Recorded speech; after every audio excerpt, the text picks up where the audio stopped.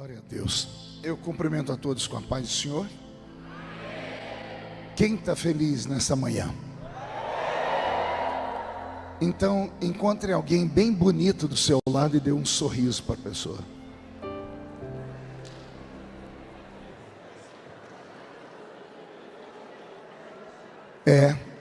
Tem gente que nem vira o pescoço, Tiago, né? Sinceridade é tudo, né, gente? É uma alegria poder estar aqui. Abra sua Bíblia comigo no livro do profeta Joel. O capítulo é o de número 2. E o versículo é o texto áureo de todo aquele que acredita que o Espírito Santo, ele pode se mover sobre todos nós. Versículo de número 28. Joel capítulo 2, versículo de número 28. Assim está escrito: e acontecerá depois que derramarei o meu espírito sobre toda a carne. Vossos filhos e vossas filhas profetizarão. Vossos velhos sonharão sonhos, e os vossos jovens terão visões. Até sobre os servos e sobre as servas derramarei o meu espírito naqueles dias. Mostrarei prodígios no céu e na terra, sangue, fogo e colunas de fumaça. O sol se converterá em trevas, a lua em sangue, antes que venha o grande e terrível dia do Senhor. E acontecerá que todo aquele que invocar o nome do Senhor será salvo, porque no monte Sião e em Jerusalém estarão os que forem salvos, como o Senhor prometeu, e entre os sobreviventes aqueles que o Senhor chamar. Amém, igreja? Feche a Bíblia, coloque no banco, na cadeira, e pegue na mão da pessoa mais perfumada do seu lado. Isso. Eu tentei bonito, não deu certo. Perfumado deve ter alguém. Isso, agora aperte a mão dele ou dela com carinho, até eles falarem aleluia. Pentecostal que não faz barulho, está com defeito de fabricação, não é? Isso. Feche seus olhos. Pai, nós te exaltamos, nós te glorificamos, e nós entendemos que dentro de alguns minutos, e mais uma vez, este santuário ficará pequeno para o tamanho da glória que o Senhor vai mandar do alto dos céus. Os que vieram tristes começarão a saltar de alegria. Os que vieram se arrastando não voltam para casa se arrastando. Hoje voltarão voando nas asas de um novo tempo. E antes que eu comece a revelar os seus segredos, cerque esta igreja com a sua presença. E num raio de 5 quilômetros, onde houver um demônio alojado, eu dou a esses demônios segundos para sumirem de Uberlândia. Porque se não sumirem, serão queimados pelo poder da sua glória, que aqui será derramada. Rasgue o céu sobre nós esta manhã. Manda anjos de fogo descerem aqui. Que estes anjos desçam, trazendo brasas de fogo nas mãos. Esparramem essas brasas entre nós. E onde houver um crente cheio do Espírito Santo, pega ele nesta manhã, Jesus, e fala conosco, e fica conosco. É o que eu te peço agora e sempre, e toda a igreja diz.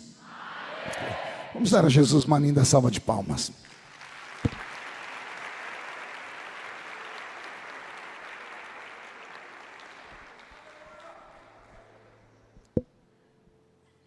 Vivemos dias terríveis, vivemos dias preocupantes. Eu que milito tanto na esfera espiritual quanto na esfera política, que é a esfera da governança, sei do que estou falando. Já vivemos dias tenebrosos, mas nenhum dos dias tenebrosos dos quais eu já vivi dentro da vida pública se compara aos dias em que estamos vivendo agora. Há uma escassez de esperança. A igreja, pela primeira vez na vida, se uniu em torno de um propósito de governança, e o propósito não deu certo. E o que tem de pessoas em dúvida, perguntando se fizeram certo ou se fizeram errado, é assim, é gritante. E sempre que eu tenho a oportunidade de falar, eu digo à igreja: a igreja fez o correto. Pastor, e perdemos por quê? Perdemos porque o mal é muito maior do que o bem na nossa nação. Isso prova e mostra o quanto nós ainda temos que trabalhar. Nós somos 30% da nação brasileira, cerca de 60 milhões de cristãos evangélicos. Desses 30%, estima-se que 25% são de crentes carismáticos, pentecostais, que acreditam no poder do Espírito Santo. Mas nem esta audácia de autoridade toda foi o suficiente para que nós rompêssemos uma barreira que não é brasileira, uma barreira que é global. Existe hoje no mundo geopolítico, famílias, homens, sistemas que nós chamamos de deixa eu tentar encontrar a palavra correta aqui para não criar aqui um mantra de teoria de conspiração. Existe hoje um movimento global que quer simplesmente extinguir tudo aquilo que nós conhecemos como certo. O mundo caminha para um abismo, e tudo isto porque a volta do Messias é iminente. Jesus está voltando. Se a igreja acreditar, ele vai voltar. Se a igreja não acreditar, ele vai voltar do mesmo jeito. Se o mundo estiver preparado, ele vai voltar. Se o mundo não estiver preparado, ele voltará do mesmo jeito. Se a igreja se santificar para recepcionar o noivo, ele vai voltar. Se ela não se santificar, ele voltará do mesmo jeito. Os dias são os que mais se aproximam de todo o cânon sagrado em questão de profecias bíblicas. E eu acredito que a minha geração, a nossa, não verá morte.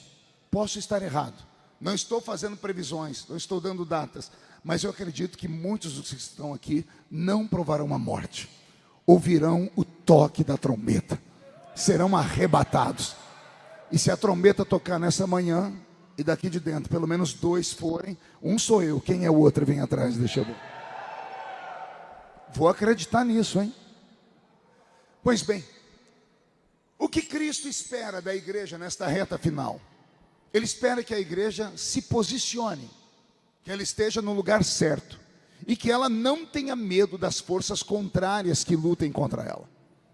Nós temos um poder, e esse poder ele é invisível, ele é metafísico, ele é transcendental, ele é etéreo, ele é eterno. E esse poder se revela para homens e mulheres que têm aptidão de entenderem que são seres que caminham entre 2 mundos, esse físico e um mundo invisível. Desde que eu me tornei cristão pentecostal e comecei a me aprofundar nas escrituras, eu descobri que o crente carismático ele é completamente diferente de todos os outros crentes, de todos os outros segmentos do cristianismo.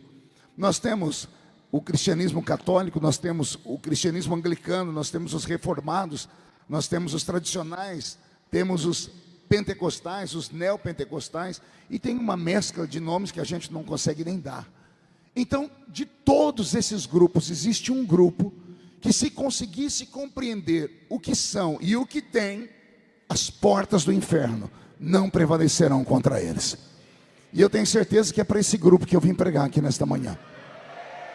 Não é à toa em uma festa de carnaval, quando a carne está toda contaminada, quando o Brasil envia para a atmosfera celeste um peso incalculável de coisas ruins, de pecados, de distorções, de coisas que nós temos até dificuldade de falar, porque chega à beira da promiscuidade. Mas é em meio ao caos que a glória de Deus pode se manifestar com uma unção extremamente violenta. Todo grande avivamento veio depois de uma grande noite escura. E esta noite escura pela qual estamos passando, eu quero crer que ela antecede um momento de avivamento. Eu sinto na minha pele, apóstolo, estamos na iminência de viver o maior avivamento que o Brasil já viu. Não sei a que preço, não sei se a preço de lágrimas apenas, de choro, de frustração, ou até a preço de sangue, mas o avivamento vai vir. E quando ele vier, eu espero que você esteja bem no local certo onde Deus te colocou. Alguém aqui acredita nessas coisas? Se pode dar no glória a Deus? O diabo só teme um tipo de crente. Não é aquele que tem anel de formatura, não é aquele que se comunica em 3 idiomas, Não é aquele que tem na parede da sua casa, do seu escritório, um belo diploma. Não é aquele que tem um carro importado, não é aquele que tem muita influência. O diabo só teme um tipo de crente. Eu costumo chamar esse crente de canela de fogo. Não sei se tem algum aqui em Minas Gerais. Tem meia dúzia, então eu vou tentar encontrar. Deve ter mais alguns que estão com vergonha, mas já já eles se soltam. O diabo só teme um crente cheio do Espírito Santo. E ponto final. E ser cheio do Espírito Santo é muito mais do que uma vocação, é uma escolha. Conhecer o poder do Espírito Santo é muito mais do que você sentar em um banco de um seminário e começar a descobrir o que é a palavra logos, o que é a palavra rema. É muito mais do que isso. É uma questão mesmo de percepção, de sensibilidade. Eu venho ensinando há alguns anos ao redor do mundo que Deus, quando criou a raça humana, Ele deu à raça humana 5 presentes. 5 presentes que a ciência chama de sentidos. Diga comigo, 5 sentidos. Alguém se lembra quais são os sentidos? Olfato, visão, audição, paladar e tato. Vamos lá de novo? Olfato e tato. Parabéns. Para que servem esses 5 sentidos? Esses 5 sentidos só têm uma função: para trazer à realidade o mundo físico onde nós habitamos. Os 5 sentidos dão a percepção de que tudo aquilo que há no mundo físico é real para nós. Por exemplo, a minha visão me faz ver a beleza da roupa que vocês estão usando. Quando eu abracei o nosso apóstolo, o meu olfato detectou que ele não usa mais perfume do Avon. O perfume dele não fala nem português, né? Pois é, porque graças ao meu olfato. A minha audição percebe o louvor e o Roberto tangendo aquele instrumento. O tato faz com que a densidade desse púlpito seja real para mim, eu não me desequilibre aqui. E ao final desta reunião, em nome de Jesus, o meu paladar vai provar o sabor da comida mineira, né? É a minha fé, porque ultimamente os irmãos me convidam para pregar e dizem: traz o pastor Marco e diga para ele, ó, nós vamos cuidar dele igual cuida de um anjo. E o crente cumpre a palavra. Anjo não come, não dorme, não descansa, não toma banho. Aqui me trate como ser humano mesmo, né? Mas é para isso que servem os 5 sentidos. Os 5 sentidos servem para este mundo físico. Por que mundo físico? Porque o mundo onde o nosso Cristo, onde o nosso Deus habita, é um mundo extrasensorial. Deus, quando criou os mundos, o seu em especial, é um mundo que os nossos olhos não podem ver. A nossa mão não pode tocar, porém, o nosso coração pode sentir. Eu costumo dizer que existem mundos paralelos, pelo menos no conhecimento bíblico, 3 mundos paralelos. Um mundo onde habita o Espírito de Deus, um mundo onde habita o espírito do diabo e um mundo onde habita o espírito do homem. Os 2 mundos primeiros são mundos invisíveis. O único mundo real, físico, ou melhor dizendo, que tem matéria, é o nosso. Por isso temos matéria. E aqui começo a falar para vocês sobre autoridade. O diabo não tem poder nenhum sobre esse mundo, a não ser que os donos desse mundo deem a ele a legalidade para que ele use esse poder. Não te estranha saber que lá no Éden, o diabo, para seduzir Eva, teve que ter um corpo, precisou incorporar em uma serpente. Não era mais fácil convencer Eva se ele chegasse em forma de um anjo de luz? O que é mais fácil você ouvir e acreditar? Uma cobra conversando com você, sibilando com aquela língua bifurcada, ou um anjo de luz falando com você? Se é mais fácil ser convencido por um anjo de luz, por que foi que ele não chegou lá como um anjo de luz? Pergunte para mim, por que não, pastor? Porque anjos não são desse mundo. Espíritos não podem ser vistos nesse mundo. Por exemplo, Paulo, escrevendo a carta aos Coríntios, disse que enquanto nós estamos num culto, os anjos estão entre nós. Se Paulo está correto, esta casa está cheia de anjos. Porque o anjo do Senhor acampa ao redor daquele que o teme e o livra do mal. Para cada crente que está aqui, há um anjo aqui dentro, amém? Se é verdade, por que a gente não os vê? Onde estão eles agora? Do seu lado, acima de você, nas paredes, em cima do teto? Eles existem, só que nós não os vemos. Por que nós não os vemos? Porque eles não são desse plano, não são deste ambiente. Os que tiveram visões bíblicas e os que pós-Bíblia tiveram visões de anjos, só tiveram por causa da permissão divina. Porque Deus fez crescer dentro deles o seu espírito. E o espírito deles, ao se avantajarem, entraram nesse mundo invisível. Então Deus criou o mundo físico para nós, seres humanos. O diabo, percebendo isso, encontrou uma brecha na lei. Só pode mandar nesse planeta quem tem matéria, porque esse planeta é matéria. O Senhor disse ao nosso ancestral primário Adão: domine a terra, sujeite a terra. Só nós podemos fazer isso. Mas o diabo hoje subjuga o mundo. Por quê? Pergunte para mim, por quê? Porque os donos desse mundo deram a ele a legalidade. O diabo entrou nesse mundo pela janela. Ele incorporou em uma cobra, porque a cobra ou a serpente ela era matéria, e através da matéria ele ficou, abre aspas, legal, fecha aspas. De maneira legal ele permaneceu nesse mundo. E aí ele conseguiu seduzir Eva. Se você prestar atenção naquela guerra cósmica do Éden, tem uma situação muito interessante. Deus chama todos os envolvidos na queda do homem e dá a cada um deles um ultimato. A cada um deles o Senhor determina uma maldição. O homem vai ter que trabalhar muito, sob o suor do seu rosto ele vai comer. A mulher, Deus vai aumentar a conceição dela em dores. A serpente vai rastejar sobre o seu ventre e vai comer do pó da terra. E para o diabo, Deus dá uma palavra que é fantástica. O Senhor diz assim ao abraçar Eva: da semente dela vai nascer um que vai esmagar a sua cabeça. Da semente da mulher que foi enganada. O que é que Deus estava dizendo? Deus estava mandando um recado para o diabo: você entrou nesse mundo físico pela janela, enganando. Eu sou Deus e não quebro leis. Eu também vou entrar aqui, mas eu vou entrar pela porta. Eu vou entrar com autorização. E eu vou entrar aqui como homem, porque o homem pecou, então um homem tem que salvar o homem. Eu, como Deus, poderia determinar tudo, mas eu sou espírito e eu passei a chave desse planeta para o homem. Então, para eu ser legal aqui, eu não vou entrar no corpo de uma cobra. Eu criarei um corpo e entrarei nesse planeta. E através desse corpo, eu destruirei as obras do diabo. Deus precisa tanto de um corpo para governar o mundo físico, que Ele chama a própria igreja de corpo. Cristo é o cabeça, mas a igreja é o corpo. Por que a igreja é o corpo? Porque no mundo físico só funciona e só tem autoridade aquele que tem um corpo. Posso ouvir um amém por isso? Então no mundo físico, ou no mundo invisível do meu Deus espiritual, no mundo do diabo espiritual e no nosso mundo físico, para percebermos o mundo físico, Deus deu ao ser humano esses 5 sentidos, senão ele não conseguiria perceber. Temos 5 sentidos porque o mundo onde nós vivemos necessita. Todavia, esses 5 sentidos Deus não deu só para os crentes, Deus deu para todos. Todo ser humano nascido, com exceção daqueles que nascem com algum tipo de problema físico, ou cego, ou sem braço, ou sem perna, com raríssimas exceções, todos têm os 5 sentidos. Então Deus, para diferenciar, Ele resolveu escolher um grupo desses seres humanos, deu a eles uma chance de se aproximarem dEle. E para se aproximar de Deus, Deus determinou uma lei: é preciso nascer de novo.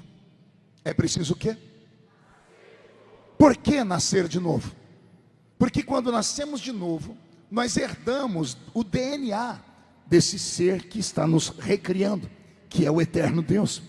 Quando aceitamos Jesus Cristo como Salvador, abriu dentro de nós algo tão tremendo, que fez com que todos aqueles que se envolvessem com Cristo recebessem um presente a mais. Se todo ser humano normal tem 5 sentidos, os que estão aqui na minha frente não são normais, porque nasceram de novo. O que nasceu uma vez herdou característica genética do pai e da mãe. Se você olhar aí agora do seu lado, você vai perceber isso. Esse corpinho aí em forma de um botijão de gás, ou de uma tábua de passar roupa, isso aí é herança genética do pai, da mãe. Esse olhinho torto é da vovó, esse cabelinho aí que só Jesus na causa, herança genética de alguém. Tudo que você está vendo aí, herança genética do primeiro nascimento. Só que essas pessoas que estão na minha frente não são normais, porque elas nasceram de novo. Você nunca se perguntou por que temos que nascer de novo? Não era mais fácil para Deus nos adotar do que ter que nascer de novo? O filho da adoção hoje em dia não tem mais carinho do pai e da mãe do que o filho natural. O filho biológico não tem tanto valor para o pai e a mãe que adota, Porque aquele que vem para ser adotado, ele tem falências, ele tem necessidades e traumas. Então ele recebe mais carinho do pai e da mãe do que o filho biológico. Tanto é que o filho adotado é chamado de filho do coração. Os outros são filhos do útero. Seria mais prático para Deus adotar, mas Deus não quer adotar. Deus quer que a pessoa passe por uma metamorfose. Ele tem que nascer de novo. Para quê? A alegria de um pai é quando o filho nasce, ele expor o filho para todo mundo e falar: é ou não é a minha cara? Sim ou não? Quem já teve filhos aqui? Deixa eu ver. Você lembra quando nasceu o seu filho? No primeiro momento que ele saiu lá de dentro da barriga da sua mãe, o pai olha, pai é tudo maluco, ele olha e diz assim: é a minha cara. Olha que lindo. Mentira, todo bebezinho nasce com cara de joelho, todo nasce engrovinhado, vai ficando bonitinho com o passar das horas. Mas o pai olhou e disse: é a minha cara. Aí a mãe do outro lado confirma: é, eu só carreguei, né? Acontece com a maioria das pessoas. Então a alegria daquele que está dando à luz, daqueles que tiveram filho, é expor para terceiros, dizer: é a minha cara. Deus quis que você nascesse de novo, para que você carregasse o DNA dele dentro de você. Quando você nasceu em Cristo, você recebeu esta autoridade. E se o homem natural tem 5 sentidos, os que estão aqui na minha frente têm o 6º sentido. O que é o 6º sentido? É uma habilidade extrasensorial. Uma irmã ali atrás fez o sinal da cruz. Calma, não tem nada a ver com o espiritismo, não. O espiritismo é que se baseou na gente e roubou as nossas leis de autoridade espiritual. Eles são apenas uma invenção. Nós aqui temos os maiores e mais habilidosos seres sensitivos da terra. Se você nesta manhã começar a se soltar deste mundo, esquecer que você está em Uberlândia, até porque eu ensino isso também, o culto começa na cidade, mas ele termina nas regiões celestiais. Alguns crentes entram na igreja, mas não conseguem entrar no culto, por isso não tem essa percepção. Mas quando um crente, depois de entrar na igreja, começa a entrar num culto carismático, o que é um culto carismático? É um culto de adoração profunda, é um culto que tem coreografias, algumas até extravagantes, é um culto onde as pessoas não conseguem ficar em silêncio, elas adoram, elas gritam, elas falam em línguas, elas começam a dizer glória a Deus, num frenesi tamanho, que daqui a pouco a pessoa se desliga da terra por completo, e ela vai subindo, e ela vai chegando numa região celestial invisível, e é nessa região celestial que os milagres começam a acontecer. Parece ser uma coisa estranha, mas não é. Os nossos pais na fé viveram tudo isso, e eles tiveram experiências muito mais profundas do que as nossas. Como é que aqueles presbíteros de antigamente, que não sabiam ler nem escrever, curavam os enfermos? Por que em todo culto caía alguém endemoniado? Por que em todo culto havia uma manifestação, havia libertação? Porque havia manifestações dos dons, e hoje raramente isso acontece. É que aqueles homens e mulheres iletrados treinavam mais o lado sensitivo deles, o lado espiritual deles, do que a sua própria carne. Eles treinavam mais o seu espírito do que o seu próprio intelecto. Eles vinham em oração, em jejum, porque lutavam contra tudo e contra todos. E quando se agrupavam, juntavam meia dúzia ou 2 dúzias, começavam a orar, e a orar de maneira intensa. Não tinham muita teologia, mas tinham um caminho aberto até o trono do Eterno. E esse caminho dava a eles habilidades tremendas. Só há uma maneira de enfrentar o que está vindo pela frente. É você se revestir de autoridade. É você descobrir que tem este 6º sentido que eu estou falando. Pastor, para que serve o 6º sentido? Ora, ele tem a mesma habilidade dos outros 5, só que ele presta para um mundo invisível. Se os 5 sentidos naturais te fazem perceber esse mundo físico, o 6º sentido te faz perceber um mundo invisível. Eu já vou avisar para que ninguém se escandalize nem se assuste depois desta manhã aqui, onde nós estamos.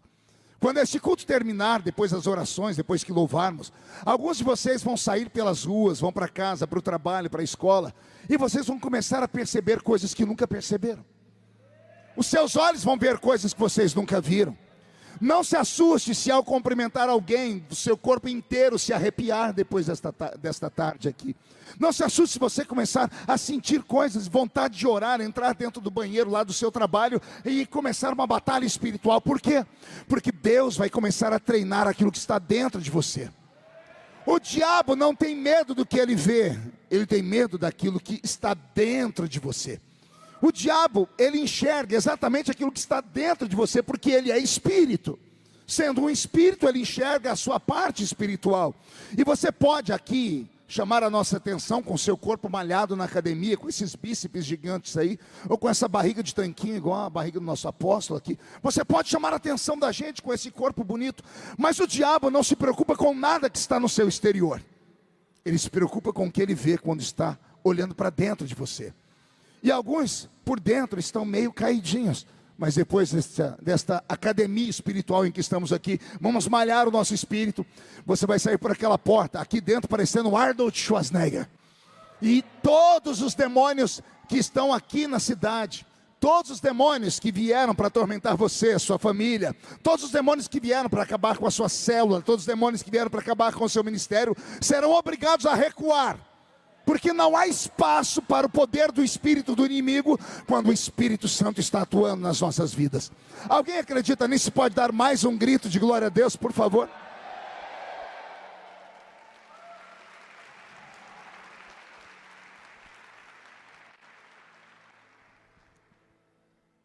A presença do Espírito Santo, ela não pode ser algo raro.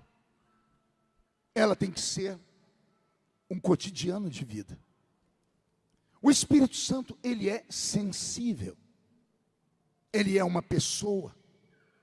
Quando eu não tinha esse conhecimento, eu chegava a falar para as pessoas que tinha uma coisa que me pegava. Uma vez minha mãe não era crente, foi me assistir num culto de mocidade, e quando terminou o culto, ela estava chorando, ela falou assim: olha, é muito lindo ver você lá em cima, você grita, né? Você pula, você fica vermelho. Eu disse: pois é, mãe. Ela falou: o que é que acontece que te deixa daquele jeito? E eu não tinha habilidade, não conhecia. E eu falava para ela assim: ah, mãe, tem uma coisa que me pega. Aí minha mãe pensou e disse: já sei o que é. É um encosto. Eu falei: não, mãe, não é encosto não. Ela disse: você fala que tem uma coisa que te pega, só pode ser encosto. Porque eu fui num terreiro ver lá, tem um negócio que pega a pessoa também. Eu disse: não, me dá um tempo que eu vou estudar, e quando eu entender eu venho falar para a senhora. O tempo passou e eu compreendi. Então pude chegar na velha Dona Lúcia e falei para ela: mãe, lembra aquilo que eu falei? Ela: lembro. Então eu quero pedir perdão porque eu falei errado. Não é uma coisa dentro de mim, não é algo dentro de mim, é alguém. Vou falar de novo. Não é algo, não é uma coisa, é alguém que atua dentro de mim. Este alguém é uma pessoa. E como pessoa, ele tem habilidades de uma pessoa e sentimentos de uma pessoa. Ele tem uma marca que é só dele: ele é santo. E por ser santo, ele não é um espírito de guerra, não é um espírito de confusão, não é um espírito dominador. Ele não vai entrar por aquela porta, agarrar você pelo colarinho e falar assim: eu vou entrar aí e acabou. Não. Ele é um cavalheiro. Ele é um querido gentleman. Ele é extremamente fascinante. Eu digo isso porque eu o conheço. Já ouviu, pastor? Não, nunca ouvi, porque ele é um espírito. Mas eu já senti. Aliás, eu estou sentindo ele aqui agora. A intenção dele aqui nesta manhã é revestir você de uma autoridade tão grande, mas tão grande, que você não vai se reconhecer depois dessa reunião. E é possível isso? É claro que é possível. Mas você tem que ter primeiro desejo. Você tem que dar o primeiro passo. Ele não pode te obrigar, porque ele respeita o livre-arbítrio que há na sua vida. Ele respeita os seus pensamentos. Ele é diferente dos espíritos que descem em qualquer outro lugar desse mundo. Em um centro de feitiçaria, os espíritos que descem, eles têm até uma fórmula aqui no Brasil, né? Eles descem sobre pessoas que eles chamam de cavalo. Em qualquer centro de feitiçaria, a pessoa que recebe uma entidade, ela é chamada de cavalo. Por que cavalo? Porque o cavalo pode ser domesticado, pode ser domado. Se coloca um tapa-olho nele e um cabresto, e você o guia para cá e para lá, e você monta sobre ele. Os espíritos que descem naqueles lugares são assim, eles são espíritos dominadores. Por isso que uma pessoa que recebe uma incorporada, quando ela volta em si, ela volta meio em transe, dizendo: quem sou eu? Onde estou? O que eu fiz? Ela de fato não sabe exatamente nada, porque o Espírito montou sobre ela, dominou a mente dela, dominou os seus desejos, dominou as suas funções. O Espírito Santo não. Primeiro, que ele não desce sobre cavalo, ele só desce sobre ovelhas. Segundo, ele não quer dominar a sua vida, ele quer ser um parceiro seu. Ele quer trabalhar em consonância com o seu desejo e a sua vontade. A igreja que será arrebatada não pode ser uma igreja apática, fútil, nem uma igreja moderninha apenas. Tem que ser uma igreja que faça a diferença na sociedade. E a igreja que fará diferença na sociedade não é apenas uma igreja que trabalha na área social. Isso é muito bem-vindo, aplauso para a igreja que trabalha com a área social. É uma igreja da qual o mundo está procurando e não encontra. Olha o que aconteceu esse fim de semana no carnaval. Uma pastora, Baby, estava lá num trio elétrico. Alguém pode até julgar, o que ela estava fazendo lá? Eu conheço a Baby, ela é meio fora da casinha mesmo. É uma benção, é cheia de Deus. Deus tem os seus guerreiros, cada um em cada lugar. E a Baby falou uma única palavra naquele trio elétrico que acabou, dominou o carnaval inteiro. Eu fiz até um vídeo, meu vídeo bateu quase 2 milhões de visualizações. As pessoas perguntando o que eu acho. Eu falei, pastor pentecostal, está mais do que certo. Aliás, é um puxão de orelha na gente, é um tapa no nosso rosto, porque era para nós estarmos falando isso, era para a igreja estar anunciando isso. E o diabo tem tanto medo dessas coisas como arrebatamento, como apocalipse, porque ele sabe que isso é o fim dele. O diabo está no abraço dos afogados, ele está percebendo que está tudo acabando, e o reino dele vai terminar, porque a história já está escrita. Ele pode fazer o que ele quiser, ele é um derrotado. Ele pode agarrar 1, 2, 10, não importa quantos ele convença, no final, ele terá que se ajoelhar diante de Yeshua, ele terá que ser aprisionado, ele terá que ir para o lago de fogo. O mundo tem sede de homens e mulheres que apresentem a eles coisas que eles não conhecem. Falar que nós trabalhamos com jovens, eles também trabalham. Falar que nós trabalhamos com casais, eles também trabalham. Nós temos creches, eles também têm. Então não há nada diferente. O que é que faz eles notarem que há algo diferente em nós? É quando um de nós se aproxima deles e de repente aciona o modo profético. Pegou isso aí ou não? Se você não está acostumado com essa palavra, vai se acostumando, porque daqui para frente vai ser assim. Lembra que eu disse agora há pouco, caminhantes de 2 mundos?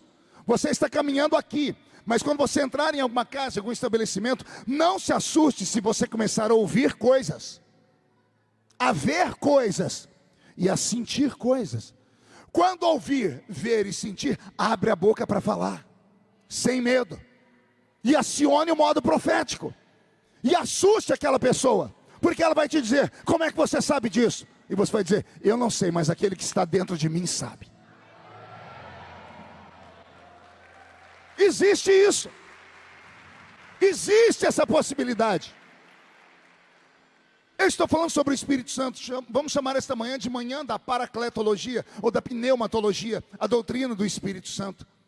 Foi isso que Deus colocou no meu coração. Você precisa se aproximar dele, você precisa entender quem é ele, você precisa entender que ele tem coisas, tem autoridade, poderes, dons extrasensoriais, dons de elocução, dons de poder, que ele quer entregar a você. Mas ele não pode entregar, primeiro, para quem não quer, segundo, para quem não deseja, terceiro, para quem não se prepara para receber isso. Eu venho ensinando nesses últimos 2 anos, que Deus deu para a igreja pentecostal uma chave. E essa chave ele deu para a igreja pentecostal, e infelizmente, por falta de ensinamento, a igreja tem a chave, mas não sabe o que fazer com ela. Eu sou assembleiano. O assembleiano se converte, a primeira coisa que ele se assusta dentro da igreja é que ele está sentado perto de um monte de gente que começa a falar uma língua que ninguém entende.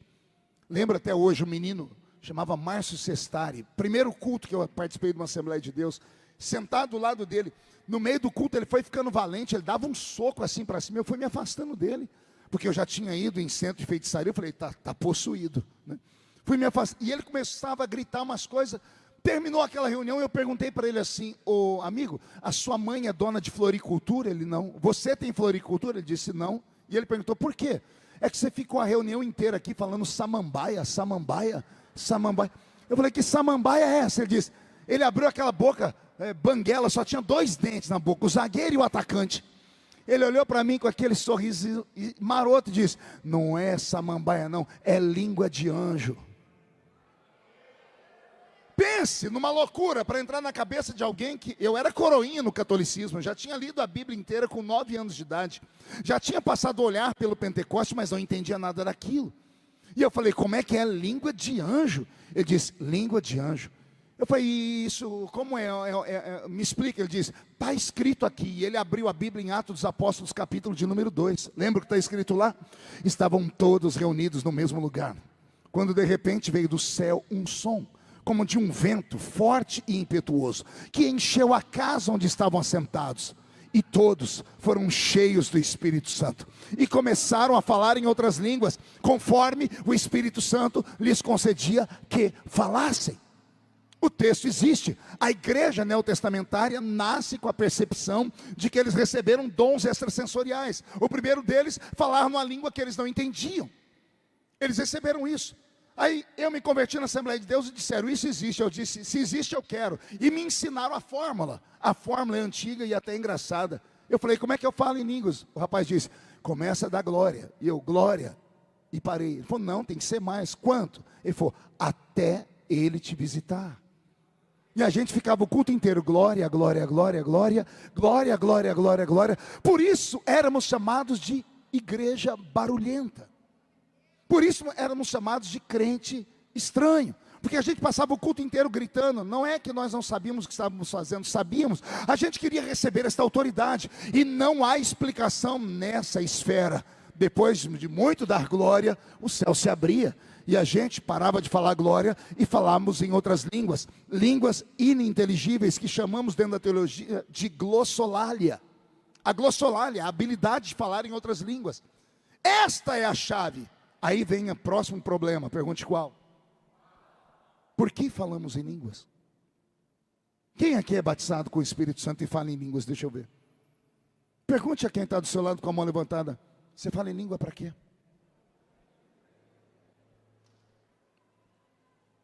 Vai, me diga aí, por que você fala em línguas? Ah, pastor, eu falo porque eu sinto. Ah, é? E se eu te falar que eu falo em línguas sem sentir? Pastor, isso é heresia? Não. Se eu recebi uma língua, eu recebi um outro idioma. Se eu recebi esse outro idioma, ele está aqui dentro da minha mente, e eu posso falar ele a qualquer momento, em qualquer hora. Sim ou não?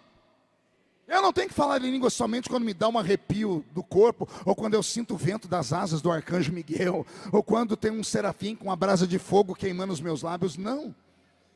O batismo com o Espírito Santo é uma chave. Pergunte: para que serve a chave? Oh, glória. A gente entra na igreja, e quando começamos a entrar no culto, em adoração, o nosso espírito vai se expandindo e ficando sensível. A carne vai morrendo no culto, e ao passo que o culto vai crescendo, o corpo começa a arrepiar, nossos olhos enchem de lágrimas, uma adrenalina é descarregada no nosso corpo, uma quantidade de endorfina é liberada no nosso cérebro. A gente começa a ficar valente, expansivo e fervoroso. Daqui a pouco tem alguém em pé fazendo assim com a mão, daqui a pouco tem alguém fazendo assim com o corpo. As coreografias são as mais extravagantes possíveis. Você já viu isso muito no encontro com Deus? Quem já participou do encontro aqui? É tremendo. E você lembra o que aconteceu lá com você? Se alguém filmasse, botasse na sua casa para você ver, você ia falar assim: meu Deus, sou eu ali. Ai, meu Deus, que coisa horrível. É sério, tem uns que parece que vira uma águia, recebe o espírito de uma águia e fica... Por que tem essas coisas? Ah, pastor, se trouxer um psicólogo, ele vai falar assim para você: isso aí são reações de um cérebro com esquizofrenia. Você está tendo um problema de catalepsia espiritual. Ele vai falar que os seus neurônios entraram em transe, você se reuniu com uma multidão de pessoas e houve uma histeria coletiva, é o que ele vai dizer. Mas nós sabemos que não é nada disso. Avivamento não é uma mente perturbada com problemas de esquizofrenia. Avivamento é uma questão de sobrevivência. Eu não grito porque quero, eu grito porque tem alguém dentro de mim me estimulando, dizendo: grita, adora. Existe um poder no nosso grito. E não é só nós que conhecemos isso. Você já viu algum soldado ir para o campo de batalha na hora do fervo, ele ir calado? Já assistiu filmes? Como é que aquele que levanta a bandeira e chama todo mundo para a guerra vai? Ele vai aos gritos, ele vai aos berros. Você já assistiu os 300 de Esparta? Aqueles 300 homens valentes, gritando. Como é que é o grito deles? Ahu! Todo mundo grita. Por que grito? Os gritos expandem a alma, te dão valentia, te fazem sair da terra. Por isso a força do diabo nesses últimos dias é silenciar os pentecostais, fazer com que o nosso culto fique muito parecido com uma reunião do Rotary Club ou do Lions Club, ou até da maçonaria, cheio de pessoas bonitinhas, equilibradinhas, que chegam no culto, cruzam a perninha, ficam mascando essa desgraça desse chiclete, com a mãozinha no queixo, filosofando, dizendo to be or not to be, that's the question. Anotando nos seus caderninhos as historinhas que escutam aqui, para chegar em casa e passar 5 horas na frente do Google, digitando para ver se aquilo é verdade ou não. Para daqui 2 semanas encontrar o irmão falando, nossa, tudo que aquele pastor falou aquela vez era verdade, ó, chega até a arrepiar. Pois é, enquanto você fica filosofando e leva 2 semanas, o crente mais simples entre nós, que às vezes não sabe ler nem escrever, ele entra no mistério na hora, já percebeu? Tem uns que o pastor está falando, daqui a pouco eles surtam, eles dão um grito. Os crentes mais equilibrados chegam a dizer, isso aí é meninice, isso aí é fanatismo, isso aí é santarricionismo. Arruma um monte de histórias, e eu estou aqui para dizer que não é nada disso. É que alguns têm a percepção à flor da pele, alguns são mais sensitivos do que outros, alguns treinam seu espírito, alguns jejuam mais, alguns leem mais a Bíblia, alguns ficam ouvindo mais louvores do que música dessas músicas sertanejas aí, do Gustavo Lima, ficam mais na presença de Deus do que vendo porcaria de TikTok. Pior, o TikTok está doutrinando uma geração a não querer buscar o Espírito Santo porque virou piada na internet. O que tem de piada na internet, com gente falando em línguas, com pessoas tendo coreografias espirituais, do jeito que você ri daqueles cultos, onde aquelas pessoas estão fazendo aquelas coisas assim, aconteceu em Atos dos Apóstolos capítulo 2. Os homens e mulheres de Jerusalém pararam para ver aqueles crentes cheios do Espírito Santo, porque a casa ficou cheia, eles receberam o poder do Espírito Santo e não ficaram dentro da casa, foram para o meio da rua. Em Jerusalém tinha 3 milhões de judeus que vieram de todas as partes da terra. Vieram para adorar. Judeu é barulhento por natureza. Imagine 3 milhões de judeus cantando, dançando, vendendo, comprando, cambiando, sacrificando. Some a isso milhares de animais berrando, mugindo, tudo ao mesmo tempo. E de repente um grupo de quase 120 começa a fazer um barulho que quietou o barulho de 3 milhões de pessoas. Jerusalém parou. E eles foram ver o que era, e chegaram lá, os crentes saíram de dentro da casa, porque ficaram expansivos, e começaram a olhar, ver aqueles crentes esquisitos, e alguém gritou assim, isso é hora para estarem bêbados? Estão bêbados a uma hora dessa? Foi Pedro que pulou no meio da multidão e disse, aqui não tem ninguém bêbado. O que está acontecendo aqui foi o que foi predito pelo profeta Joel, 835 anos antes de Jesus nascer. Joel disse, e há de ser que nos últimos dias, diz o Senhor, derramarei do meu espírito sobre toda a carne. Vossos filhos e vossas filhas profetizarão. Vossos jovens terão visões e os vossos velhos terão sonhos. Naqueles dias, diz o Senhor, derramarei do meu espírito sobre quem estiver perto e sobre quem estiver longe, sobre os servos e sobre as servas. E então se aproximará o terrível e grande dia do Senhor. A nossa geração de crentes debocha dos próprios crentes que são carismáticos. E por conta disso, pode você acreditar que não, mas é uma mensagem que o diabo manda de maneira bem subliminar na mente do crente, para dizer para ele, não busque desse jeito, não grite, não se expanda desse jeito, que vão rir de você também, não fale, se for falar em línguas, fale bem baixinho. Estamos apagando, extinguindo a chama do poder do Pentecoste. Pastor, é possível isso? Leia a carta aos Coríntios e Paulo vai te dizer, primeiro, não entristeçais o Espírito. Em segundo, não extingais o Espírito. No capítulo 13 da primeira carta de Paulo aos Coríntios, Paulo faz um alerta que me dá medo. Paulo diz assim, havendo línguas, cessarão. Havendo profecias, serão aniquiladas. Vou repetir porque ele roubou a cena aqui, olhe para mim de novo. Havendo profecias, serão aniquiladas. Havendo línguas, cessarão. O que é que Paulo está dizendo no capítulo 13? A continuação do capítulo 12. No capítulo 12 ele fala só sobre os dons do Espírito Santo. Sabe aquele amor que ele fala? ainda que eu falasse a língua dos anjos e não tivesse o amor, aquele amor é amor a quem?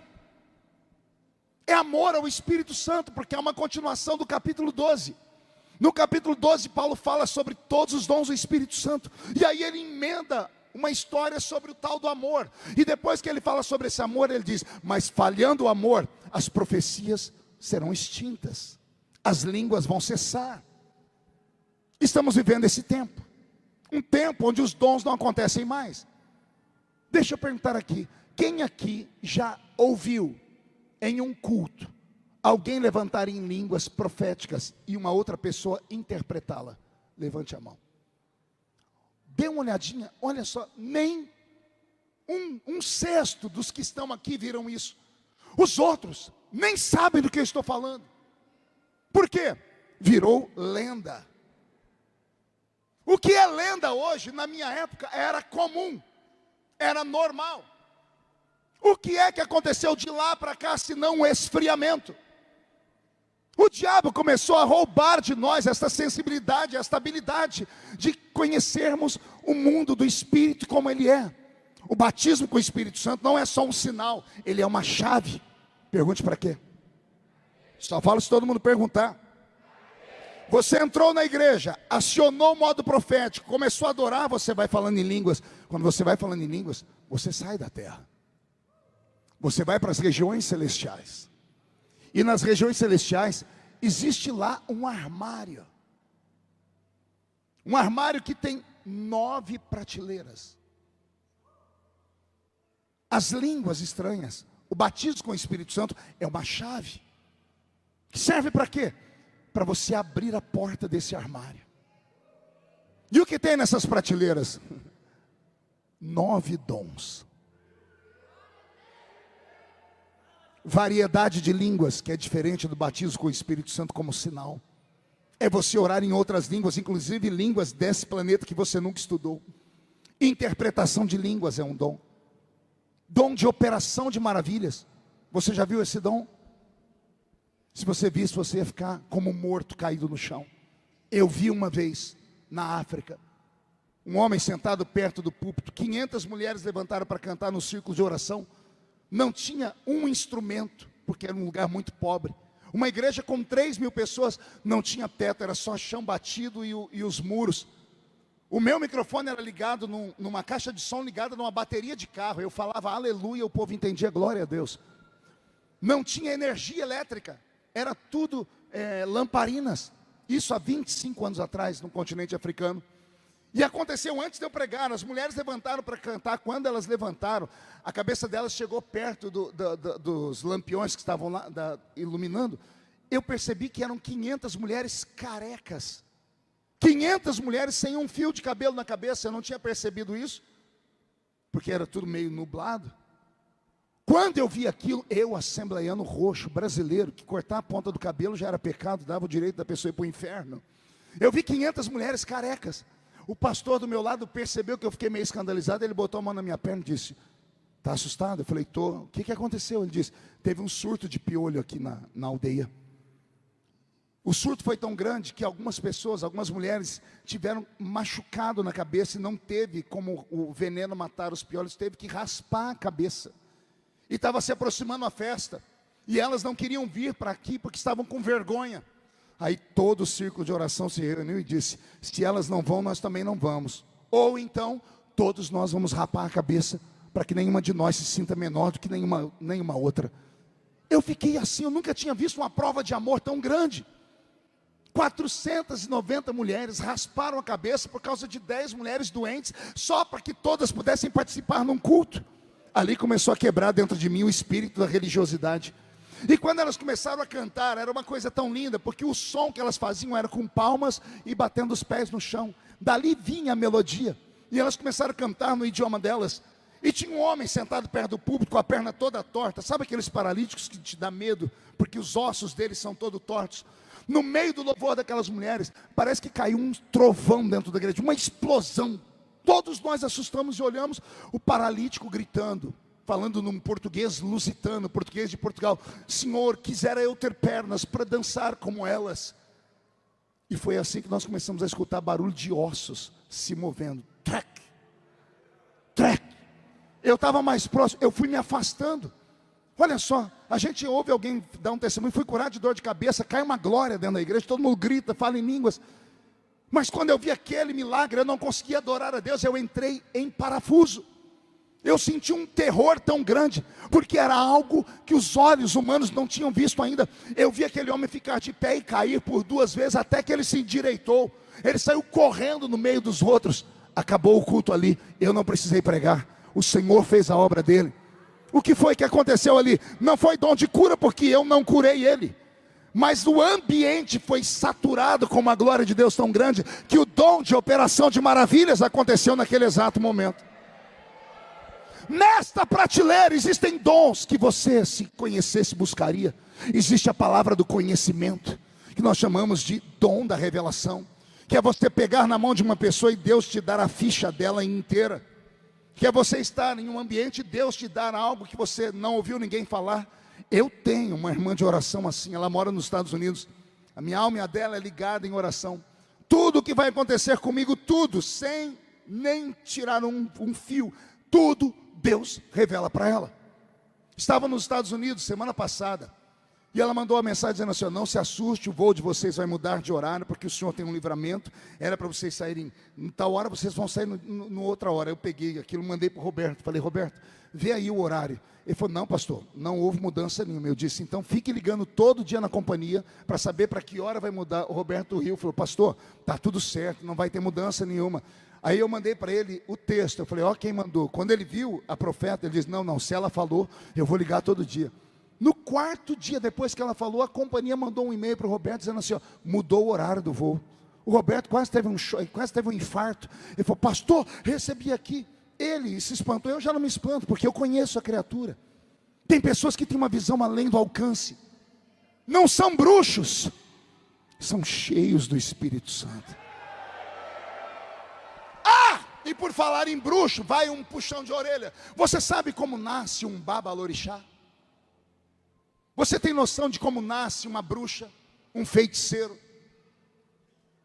Se você tiver a oportunidade, compre um livro chamado Orixás, Guias e Caboclos, Deuses ou Demônios, do Bispo Macedo.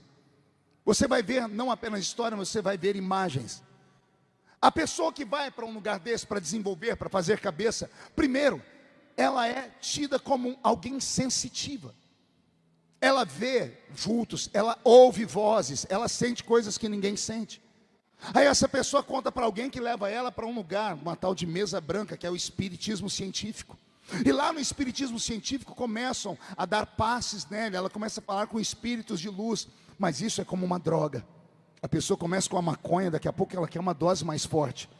O diabo usa isso para prender as pessoas. Depois vai descer até o baixo espiritismo, que é a feitiçaria ou a magia negra. A pessoa que quer mesmo desenvolver cabeça, quando ela chega nesse nível, mulher ou homem, são arrastadas da sua família e levadas para um lugar ermo. Nesse lugar ermo, a pessoa raspa a sua cabeça.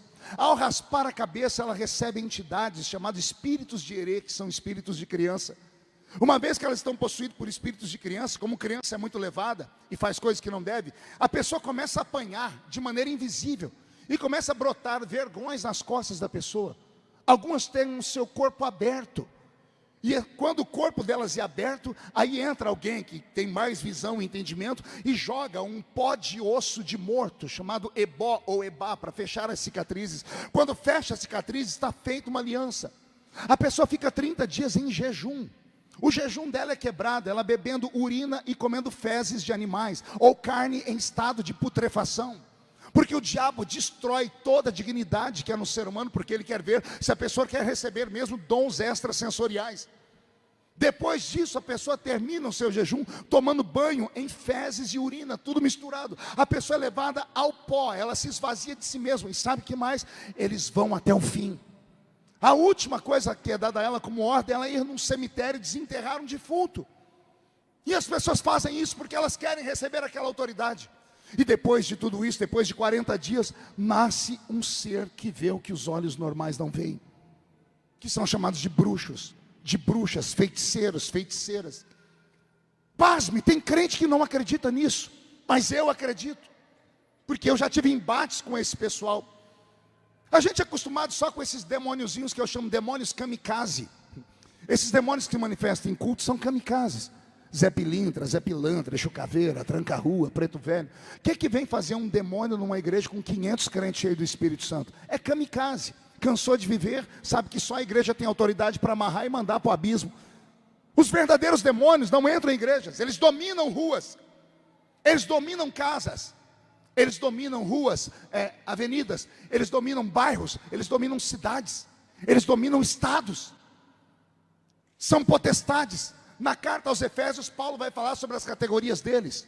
Ele vai até falar sobre a batalha espiritual no capítulo 6, que nós temos que estar armados. Ora, o nosso verdadeiro inimigo não é aquele que senta do nosso lado, não é aquele que comunga com a gente, não é o nosso patrão.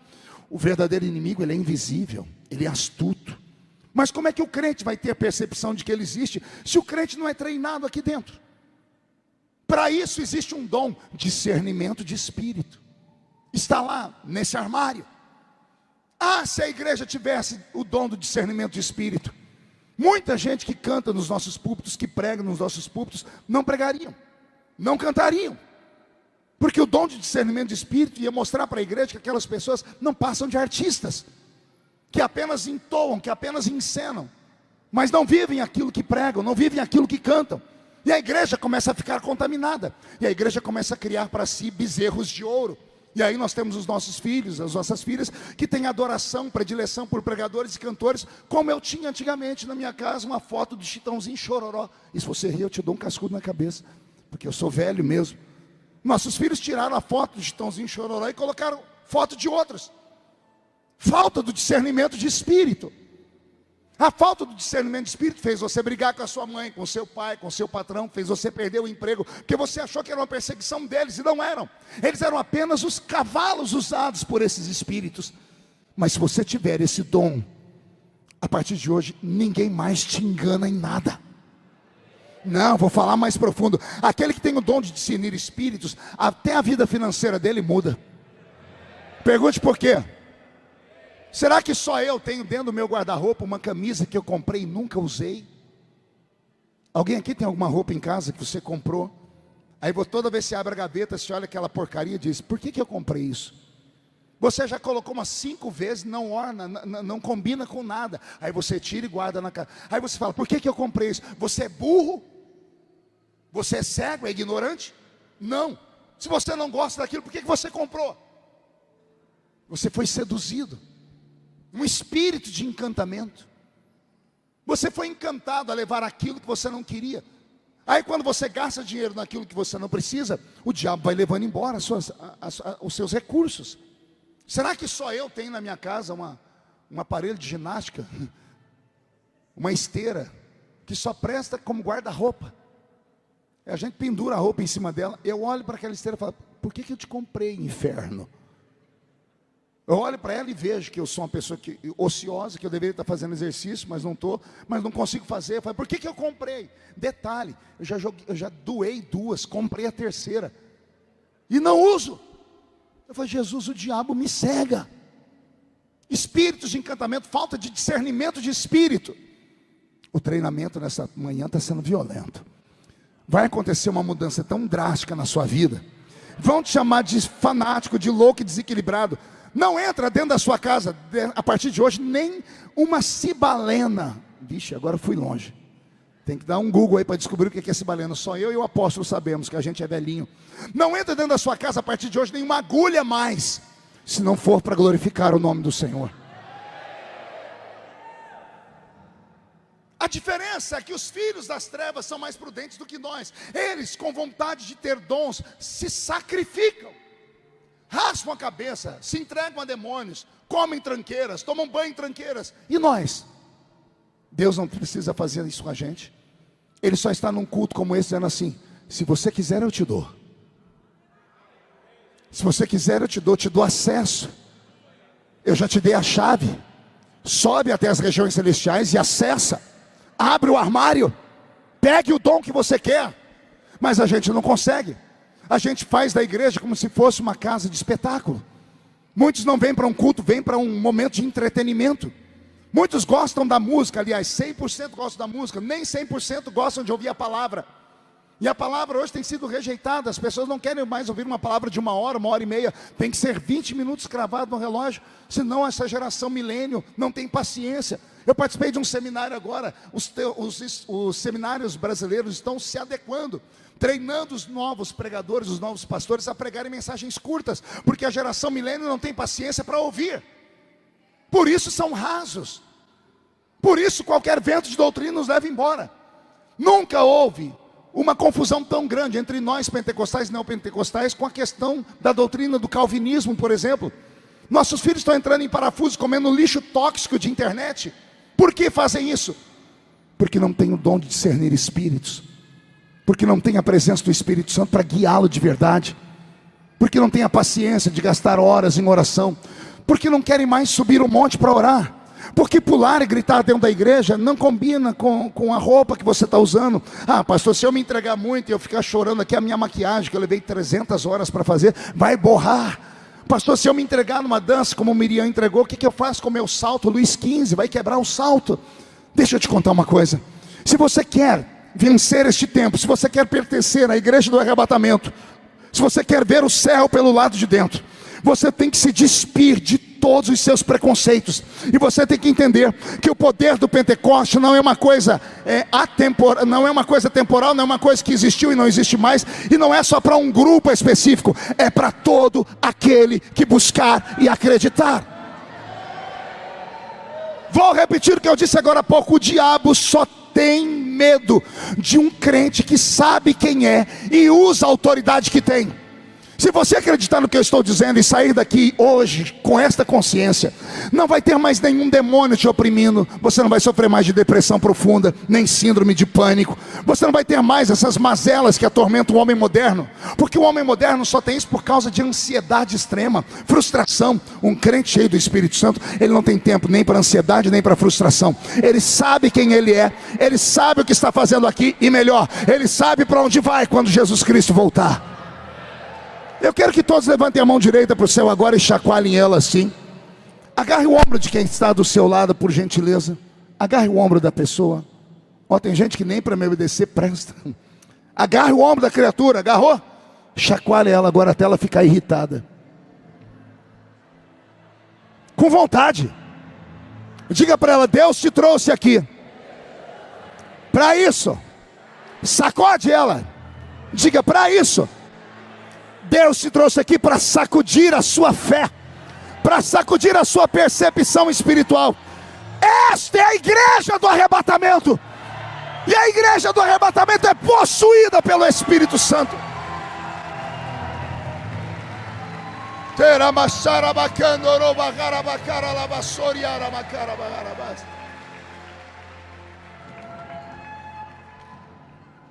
Eu vou te dar um ensinamento agora que você nunca escutou na vida, preste atenção. Eu venho estudando há muito tempo por que esta geração mais nova está cheia de complexos, porque essa geração mais nova fica se mutilando. Eu estava pregando agora há pouco no estado do Mato Grosso, na capital, e eu falava sobre depressão. O pastor presidente da Convenção das Assembleias de Deus, pastor Dionísio, se levantou, pediu a palavra. Ele disse: pastor Marcos, só aqui dentro da capital nós temos catalogados mais de 250 filhos de crentes com cicatrizes de corte nos pulsos. Crentes se mutilando. De 10 anos para cá começamos a ver suicídios dentro da igreja. Aí alguém vai dizer: ah, pastor, mas o crente é um ser humano normal. Uma vírgula. O pentecostal não é normal. Eu me recuso a pregar para os normais, porque o normal escuta o que eu estou falando e ri na minha cara. Eu só prego para homens e mulheres que são caminhantes de dois mundos. Eu só prego para homens e mulheres que têm o sexto sentido, porque eles têm um entendimento que o que eu estou falando faz sentido. Eu venho estudando por que essa geração está tão fraca, por que essa geração está tão depressiva a ponto de viver à base de Lexotan e Rivotril. E eu cheguei à seguinte conclusão: a ausência do poder do Espírito Santo O que Paulo fala sobre as línguas estranhas? Já leu? Primeira carta de Paulo aos Coríntios, capítulo 14, verso 14. Paulo vai dizer assim: aquele que ora em línguas, a sua mente fica sem fruto, mas o seu espírito ora bem. Essa tradução aqui não diz isso. Pois se eu oro em uma língua, põe uma tradução de crente, não põe essa versão atualizada não, que isso aqui é coisa do inferno. É isso, os crentes não tem que ter uma versão mais atualizada. Essas versões atualizadas roubam toda a essência da palavra. Pega a sua Bíblia aí antiga, eu vou ler com você aqui, 1 Coríntios, capítulo 14.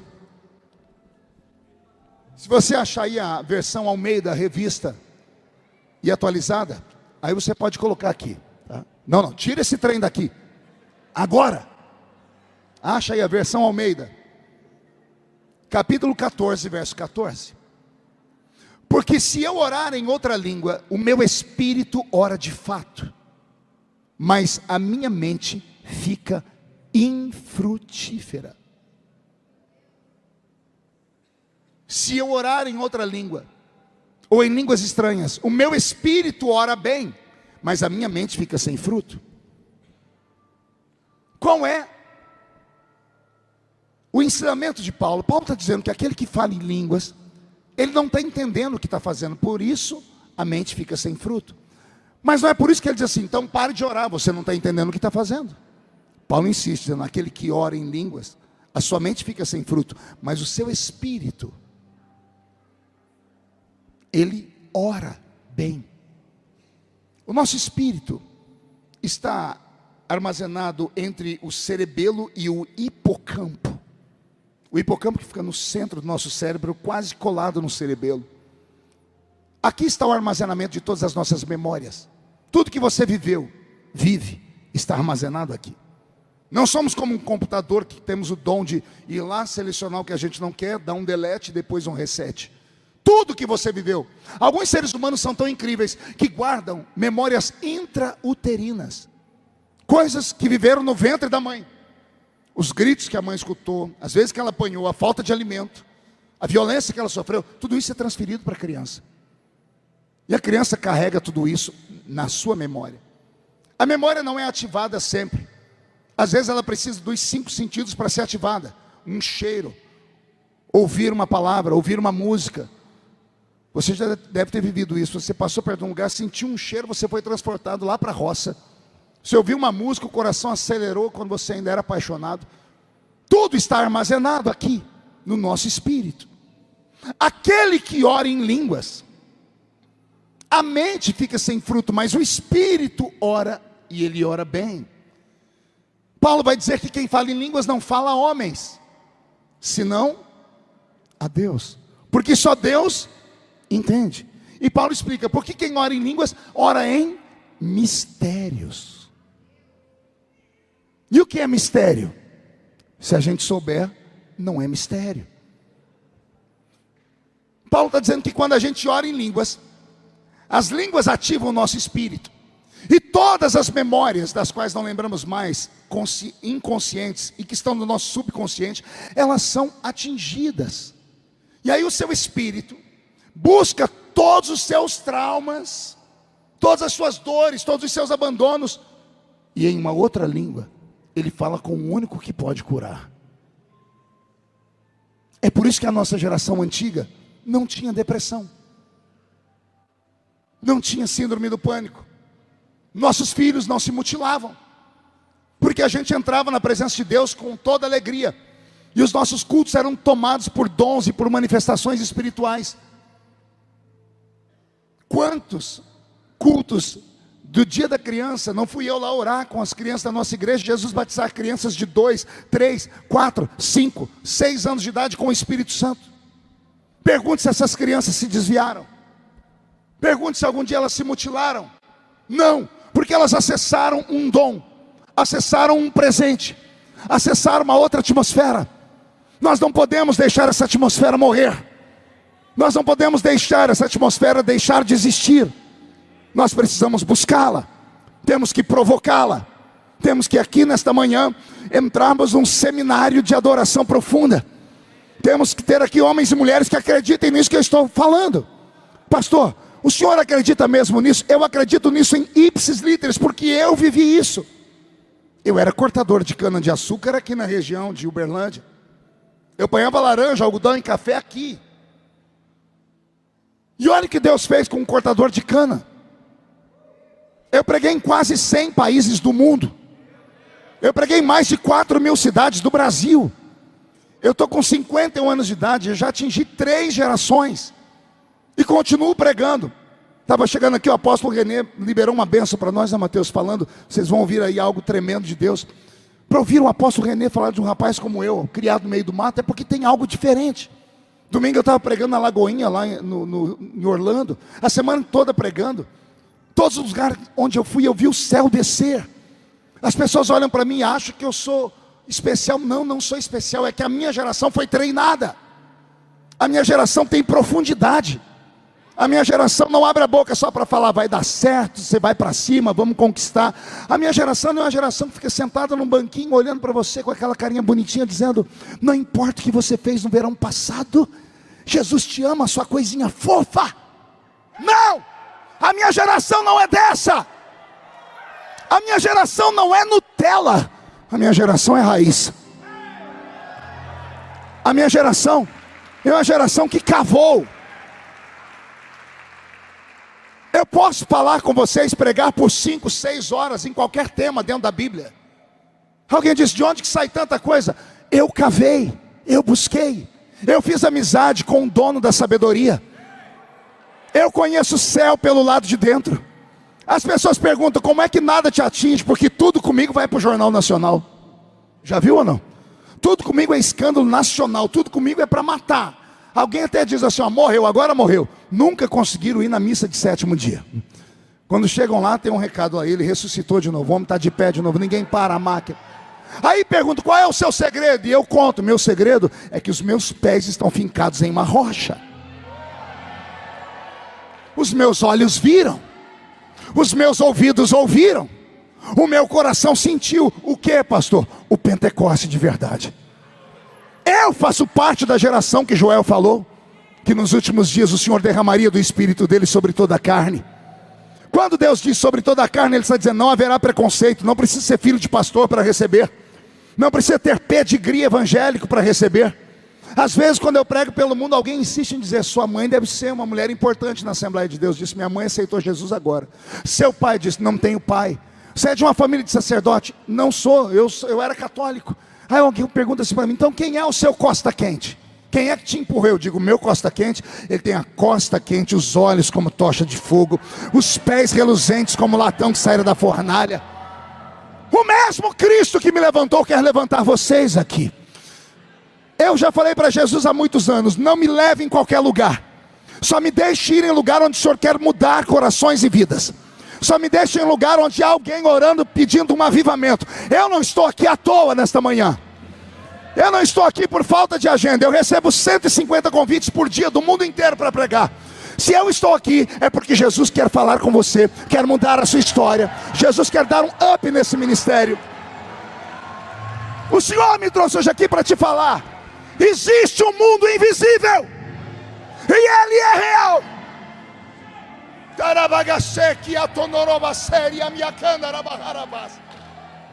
Eu estou com o meu corpo todo arrepiado aqui. O céu desceu, ou nós atingimos as regiões celestiais. Se atingimos as regiões celestiais, os dons podem começar a se manifestar. O Senhor pode te usar como profeta. O Senhor pode te usar como alguém que vai ter visões. Mas como se você não consegue se ligar? Como se você não consegue adorar? Como se você tem medo, tem vergonha? Ah, pastor, eu sou fleumático. Ah, pastor, eu sou tímido. O poder do Espírito Santo não é dado a uma pessoa porque ela é expansiva, porque ela é sanguínea, e ele deixa de dar para uma pessoa que é tímida. Não. O poder de Deus não é dado por temperamento. é dado por necessidade. Vou falar de novo. Não é o seu temperamento, é a necessidade ou a falta dela. Vou dar um testemunho. Recém-casado, minha esposa estudante de psicologia, hoje doutora, ela tem a clínica dela, e eu, menino que vim da roça. Sexta-feira, pós lua de mel, eu falei: meu amor, toda sexta-feira eu tenho um costume de subir o monte para orar, vamos comigo? E ela: para quê? Eu disse: porque lá no monte a gente ora. Ela disse: você pode orar dentro da igreja, você é diácono, você tem a chave da igreja. A igreja tem piso frio, tem água fria, tem banheiro, tem um teto para te cobrir, você não vai tomar sereno, os mosquitos não vão te pegar, você não corre risco de tomar uma picada de cobra. E ela começou a dar razões para eu não ir. Eu disse: mas eu vou. Aí ela fez uma pergunta: você vai lá para quê? E eu não consegui explicar. Eu disse: é um costume, eu oro no monte desde que eu me converti. Ela: eu não vou, vai você. E eu fui. Semana seguinte, sexta-feira, eu digo: amor, vamos? Ela disse: eu não sou louca, jamais vou no meio do mato orar, eu tenho juízo, isso é para você que é maluco. Na terceira semana eu fui chamar ela e disse: vem cá, deixa eu te contar uma coisa, eu estudo a mente. Ela disse: você é sanguíneo, você é colérico sanguíneo. Eu falei: meu Deus, que desgraça é essa? Eu tive que procurar saber. E ela falou: e eu sou fleumática. Ela diz: você é expansivo e eu sou tímida. Você não vê que no culto você grita igual maluco e eu estou lá assim: amém, amém. Pois Jesus escuta a sua oração e a minha. Ela disse: cada um tem um temperamento. O seu temperamento é de louco, o meu é de equilibrado, por isso que demos certo. Vai para a sua oração e eu vou ficar. Também nunca mais chamei ela. 6 meses depois eu estou indo, sexta-feira, disse: amor, estou indo. Ela disse: para onde? Eu disse: alô, sexta-feira, monte. Ela disse: espera que eu vou junto. Eu fiquei desconfiado. Ela fazendo o TCC dela, eu falei: essa mulher vai fazer uma matéria, vai falar que nós somos esquizofrênicos. Ela entrou dentro do carro comigo, eu andei a cidade, eu chegava em 20 minutos no monte. Eu rodei 1h30 para ver se desanimava. Ela falou: amor, eu perdi o rumo do carreador, eu não estou achando aqui, eu acho que choveu da semana passada para cá, aumentou o mato, eu não estou achando. Eu queria que ela desistisse, mas ela não desistiu. E como eu queria ir, eu levei ela para o meio de um carreador, paramos na beira de uma cerca. Quando ela olhou para aquela cerca, ela disse: como é que vocês entram? Ela disse: amor, a gente pula. Ela: eu pular essa cerca? Eu disse: não, eu te ajudo. Eu pisei aqui, levantei aqui. Quer ou não quer? Ela entrou. Quando ela entrou, eu falei: agora aqui, amor, a gente faz um concerto. Ela falou: o quê? É um concerto. Para quê? Eu falei: porque lá dentro tem uns profetas que revelam tudo a gente. Então é melhor a gente se acertar aqui do que passar vergonha lá. E ela: vocês são tudo doido mesmo. Eu falei: você vai fazer um concerto comigo ou não vai? Ela fez namoração comigo. Quando entramos no meio do mato, chegamos na clareira, né? A gente arrancou as árvores, tinha um monte de árvore ao redor. Eu chamei ela e disse: vem cá que eu vou te apresentar uma árvore. Ela falou: para quê? Por dentro eu falei: se ela for das nossas, um dia ela vai descobrir. Eu falei: não é só para você não perder a gente no escuro, para eu saber onde você está. Cada crente tinha uma árvore, né? O crente que ora em monte tem a sua árvore, né? E ela estava lá. Eu falei: e agora? Ela falou: e agora? Eu falei: agora você começa a orar. Você ora aí que eu vou orar na minha árvore que está do outro lado. E começamos a orar, a oração subiu. Daqui a pouco alguém pegou um pandeiro, começou a tocar pandeiro, um violão, e começou: divisa de fogo, varão de guerra, aquelas coisas só de crente meio tantã mesmo, né? E quando o fogo desceu, rasteiro, aqueles crentes pulando, gritando, a minha esposa, eu olhei para ela de longe, ela ficava assim. Eu falei: meu Deus. Daqui a pouco quietou, fomos orar de novo. Lá pelas 4 da manhã eu estou escutando um barulho. O barulho é esse assim. Só falta isso. É isso que o senhor quer? O senhor quer que eu fique louca? O senhor quer que eu fique igual eles? Então tá bom, é para gritar, eu vou gritar. Era minha mulher. Ela começou a gritar: Jesus! Todo mundo levantou a cabeça no meio do mato e olhou. E eu falei para todo mundo: abaixa. Está funcionando. Daqui a pouco ela deu: glória a Deus. Eu falei: meu Deus, minha mulher dando glória a Deus alto, Jesus está voltando. Eu olhei para ver se era um arrebatamento. Daqui a pouco ela foi ficando mais valente. Daqui a pouco ela ficou em pé e começou a bater o pé no chão. Começou a marchar. E começou a bater a mão. Daqui a pouco veio sobre ela a presença do Espírito Santo. Ela foi batizada com o Espírito Santo. Ela começou a orar em línguas. Aí essa mulher entrou num outro nível. Ela rodava, ela pulava, ela fazia. Eu falei, meu Deus do céu. Se tivesse uma filmadora, ela não ia acreditar. Daqui a pouco, ela começou a profetizar. Quando ela começou a profetizar, eu mirei o meio do mato e corri, me escondi. Eu não sou louco de ficar perto da minha mulher profetizando. Pulei lá no meio do mato. Daqui meia hora entrou alguém. Marco, cadê você? Eu disse, estou aqui. Pode vir. Eu falei, e ela? Ela já foi. Foi para onde? Ela está caída lá no chão. Quando eu cheguei lá, ela é branquinha, minha esposa é loura. Ela é uma mistura de, o pai é português e a mãe italiana. Ela branquinha, assembleiana, cabelo aqui, toda arrumadinha. Ela estava parecendo uma coisa. Ela rolou no chão. A lágrima misturou com terra. O cabelo dela estava virado no giraia. Eu falei, meu Deus, o que aconteceu com a criatura? Aí me ajudaram a colocá-la no carro. Levei ela para casa, deitei ela na cama. Umas 5h30 ela já estava deitada. Aí eu orei, agradeci a Deus, deitei do lado dela. Quando foi umas 6 e pouco, essa mulher acordou. Mas ela acordou gritando, eu quero mais! Eu quero mais! Eu caí da cama, eu falei, pelo amor de Deus, o que está acontecendo, mulher? Você me mata do coração. Ela me agarrou pelo colarinho e disse assim, não é temperamento. Eu disse, do que você está falando? Ela disse, não é temperamento. Eu disse, o que ela disse? É necessidade. Aí ela se abriu comigo, ela estava passando por uma crise existencial só dela. E ela, com os conhecimentos dela, não conseguiu se ajudar. As amigas não conseguiu ajudar ela. As orações pacatas que ela fazia não ajudaram ela.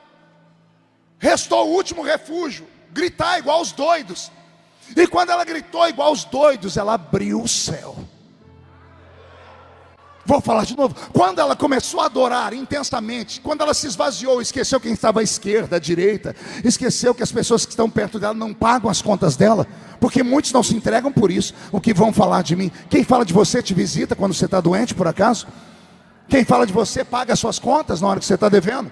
Não, então para que você vai pensar no que o outro pensa? Ninguém manda na sua vida aqui dentro. Aqui é o lugar de adoração. Aqui é um quartel-general. Aqui é o lugar onde você tem que se entregar. É aqui. É nesse lugar que você tem que fazer coisas extraordinárias, coisas que você nunca fez. Porque se você fizer o que você nunca fez, Ele fará por você o que Ele nunca fez também. É reciprocidade. Se você começar a buscar o poder do Espírito Santo, vão te chamar de louco, desequilibrado, fanático. E daí? Dá um beijinho no ombro e manda a pessoa catar coquinho na primeira descida que ela encontrar aqui em Uberlândia. Porque se você não se esvaziar e não quebrar o seu orgulho e não acreditar que essas coisas são simples assim, não é pelo muito estudar, é pelo entregar.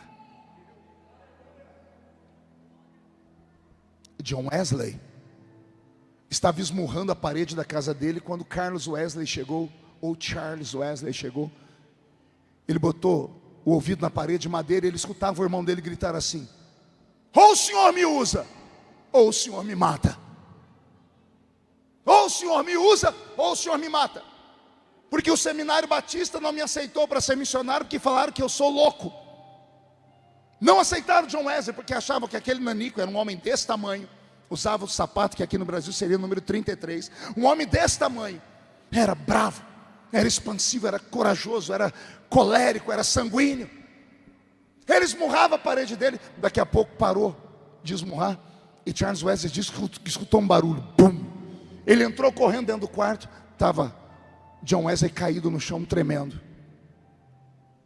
Charles levantou, ele disse: o que aconteceu? Ele disse: eu estava batendo na parede, saiu um vento da parede e bateu no meu peito e me jogou para trás. Eu estou com o meu corpo tremendo. Charles Wesley, o irmão dele, percebeu que era algo divino, marcou um culto no meio da praça, na aldeia. 2.000 pessoas foram ouvir aquele homem pregar. No segundo culto, 5.000 pessoas foram ouvir ele pregar. No terceiro culto, 20.000 pessoas foram ouvir ele pregar. As igrejas não deram púlpito para ele pregar, pois as igrejas ficaram vazias porque o povo ia atrás dele no meio do mato ouvir ele pregar. Ele conta: a minha vida mudou quando eu provoquei Deus. Pega esta palavra. Pastor, mas não, isso ainda é uma coisa ruim. Não, Jó disse: Deus procura aqueles que o provoquem. Provoque Deus nesta manhã. De que forma? Sei lá. Sai correndo aqui dentro, se joga debaixo da cadeira, vai ali, bate a cabeça naquela parede. Se todo mundo vai olhar para você, você chamou a nossa atenção. Se você chamou a nossa atenção, imagine a atenção daquele que está lá em cima. Você sabe como nasceu o ministério de Billy Graham? Billy Graham tinha 8 anos, quando na ilha de Martha's Vineyard, ele viu a casa de John Wesley. Uma professora mostrou o lugar onde John Wesley orava, que tinha 2 buracos feitos na madeira pelo joelho dele. John Wesley orava 10 horas por dia, ajoelhado, sem levantar. Ele fez buracos no chão. Aí a professora disse: Jesus está procurando um novo Wesley. Saíram para a hora do recreio, para o piquenique. Daqui a pouco, na hora de entrar no ônibus, faltou um menino chamado William. As monitoras andaram pela ilha. Eu prego na ilha todo ano, lá na ilha de Martha's Vineyard. Eles contam as histórias lá que são lindas. A professora foi procurar as monitoras, lembraram da casa de John Wesley, foram no sótão, no basement, não encontraram ele. Daqui a pouco, a professora abriu a porta, olhou o quarto, não tinha ninguém. Quando ela foi fechar, ela escutou um gemido. Ela seguiu o gemido lá atrás da cama. Tinha um menininho de 8 anos de idade, ajoelhado, com os joelhos no lugar daquele buraco onde o outro orava. E a professora, para não atrapalhar ele, ajoelhou para ouvir. E ele falou assim: papai do céu, eu quero ser o novo Wesley. No meio de 200 crianças, aquela criança chamou a atenção de Deus. Billy Graham é o seu nome. Os olhos de Deus estão sobre nós esta manhã. Faltar-me tempo para contar a história para você de Ben Hinn, Carlos Anaconda, Oral Roberts, Henrietta Mears. Poderia contar para vocês a história da senhorita Kathryn Kuhlman, uma mulher, a única mulher americana que na morte dela, a primeira coroa de flor estava no pé do seu caixão. Quem mandou? A cidade de Las Vegas. A cidade de Las Vegas, a cidade do pecado. A senhorita Kuhlman paralisou Las Vegas uma noite. Todos os cassinos fecharam e todos foram para a rua para ver uma mulher pregar. Naquela noite, mais de 200 paralíticos andaram. Eu vou falar de novo: 200 paralíticos andaram. Eu poderia te contar a história de Smith Wigglesworth, o motorista da maior evangelista do seu tempo. A mulher dele era uma pregadora e ele não pregava nada. Ele dirigiu para a mulher mais de 20 anos. Um dia ela não pôde atender uma agenda, e ela falou para ele: vai você e prega no meu lugar. Ele: mulher, eu não sei pregar. Ela diz: você me escuta pregar há 20 anos, nunca decorou nada? Se vira, vai me representar. Ele chegou lá, na hora de pregar ele não sabia pregar. E quando ele estava gaguejando, entrou um homem pela porta com uma criança morta. E foi direto no púlpito dizendo: a pregadora que não veio, o senhor é marido dela, não é? Toma meu filho, ora que eu quero que meu filho ressuscita. Aí no microfone da igreja ele disse: pregar eu não sei, mas orar eu aprendi, porque eu sempre orei pela minha mulher. E a criança ressuscitou. O ministério de Smith Wigglesworth foi marcado com 40 ressurreições. Vou falar de novo: 40 mortos foram trazidos de volta à vida por aquele homem. O que é que essas criaturas têm que nós não temos? Vou repetir: o que é que essas pessoas conseguiram que nós não podemos conseguir também? O mesmo Espírito está aqui. O mesmo Espírito está aqui. E Ele está dizendo: eu fui derramado sobre vocês. A igreja que antecede o arrebatamento é uma igreja que vai virar o mundo de cabeça para baixo. Eu não posso acreditar que somente 1 bilhão de pessoas vão para o céu. É sério que Deus vai perder 7 bilhões de pessoas para o diabo? É sério que 7 bilhões de pessoas passarão a eternidade no limbo do inferno? É sério que o diabo vai fazer isso? Só tem uma maneira disso não acontecer: é Deus inflamar você, é Deus incendiar você, é Deus colocar dentro de você uma bomba atômica espiritual, é Deus te dar habilidades extrasensoriais, é você sair daqui revestido pelo poder do Espírito Santo e passar a ser alguém que tem acesso aos dons do Espírito Santo. Olha o que Deus fez comigo, eu repito mais uma vez, olha o que Deus fez comigo. Eu sou patrício de vocês, eu moro aqui a 200 quilômetros, numa cidadezinha desse tamanho, chamada Orlândia.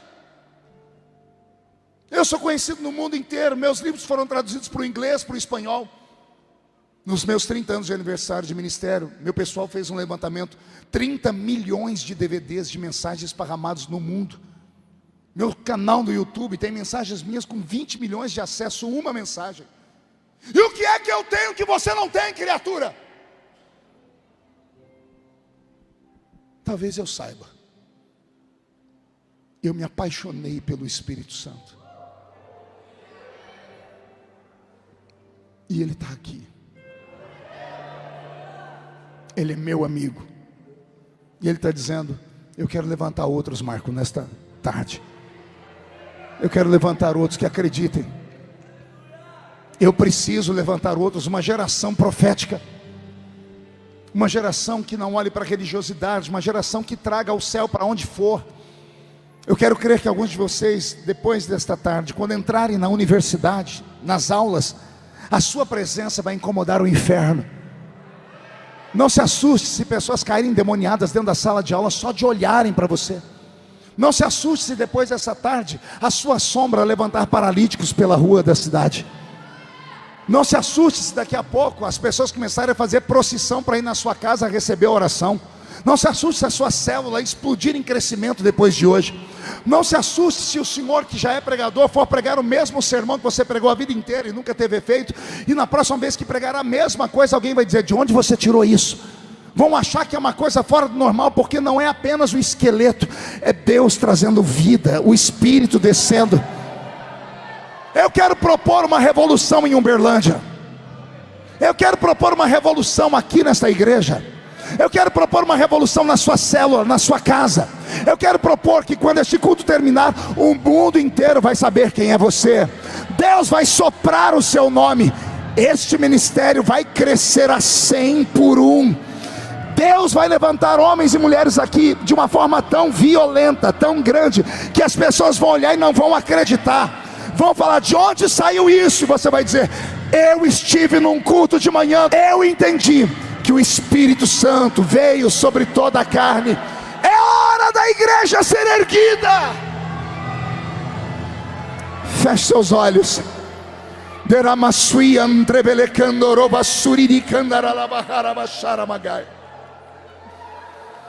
Senhor, eu falei sobre os mundos, eu falei sobre os reinos, eu falei sobre a sensibilidade, eu falei sobre os dons, eu falei sobre como acessá-los.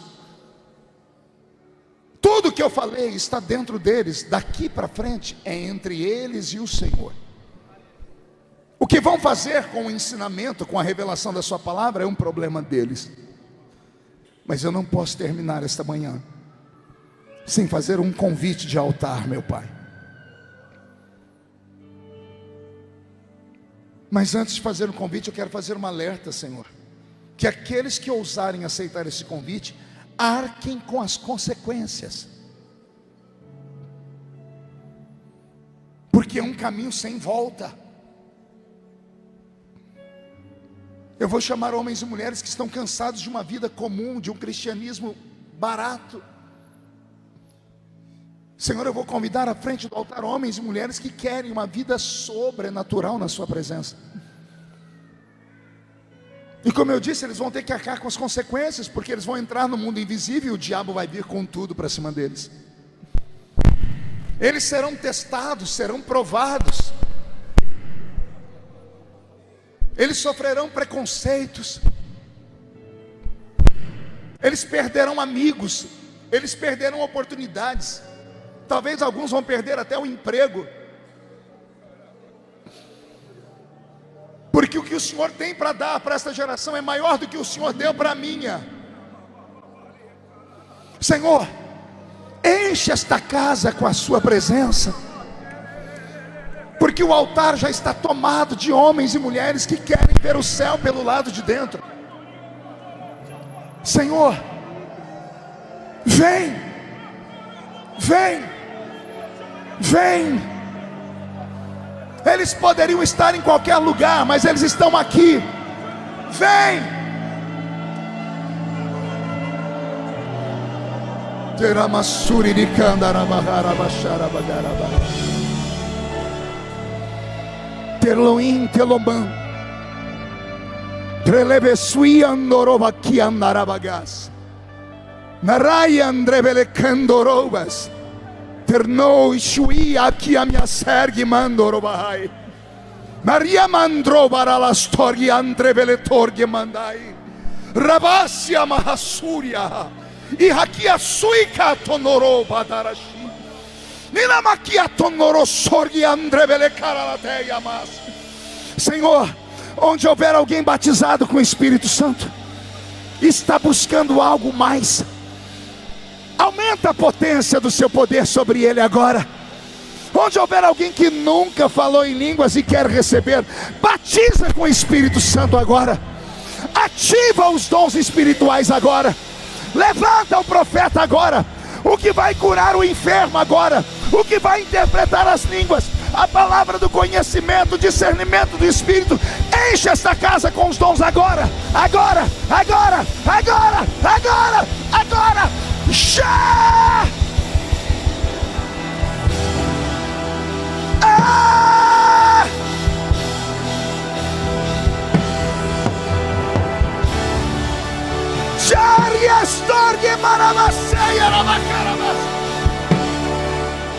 Os que podem ficar de pé, fiquem. Levante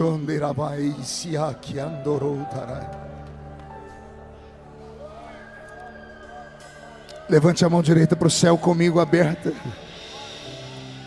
E diga comigo em nome de Jesus. É em nome de Jesus. Todos os demônios que se moveram contra a minha geração,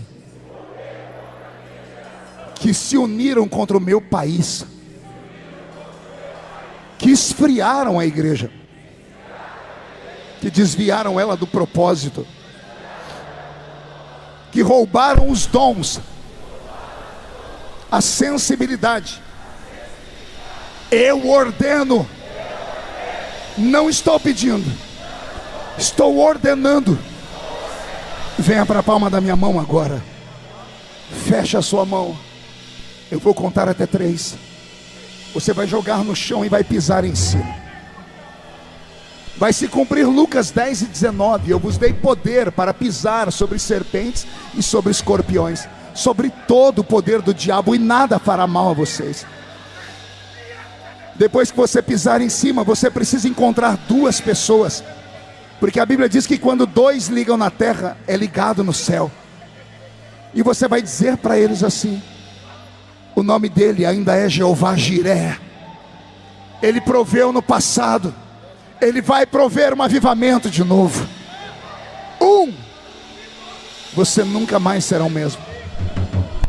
1,5. Sua família sentirá orgulho de você de novo. 2. Quem viver verá para ver o que Deus fará na sua vida neste ano. 2,5. Esse ministério terá um nome soprado pelo Brasil e pelo mundo todo. 2,75. Uberlândia será conhecida como a capital do avivamento no estado de Minas Gerais. 3. Jogue no chão, pise em cima. Abrace 2 pessoas, profetize sobre elas. Diga: Jeová Jiré ainda age.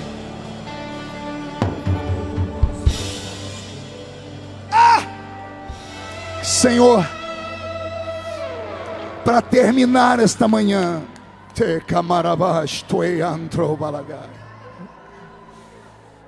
que este peso de glória que cai sobre nós nos acompanhe a partir de hoje como um manto invisível.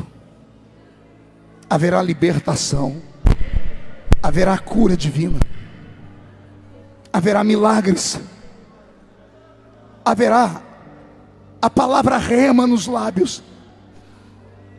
Caravanas virão de longe para saber o que está acontecendo aqui. Senhor, movimenta o Estado para virem aqui beber da fonte. E cada um dos homens e mulheres que aqui estão nesta manhã, que vieram à frente desse altar, sejam revestidos com esta autoridade. Cada um deles vai produzir por 1000 homens. Cada um deles fará o trabalho de 1000 homens. Porque a igreja que o Senhor vem buscar para o arrebatamento é uma igreja viva e poderosa.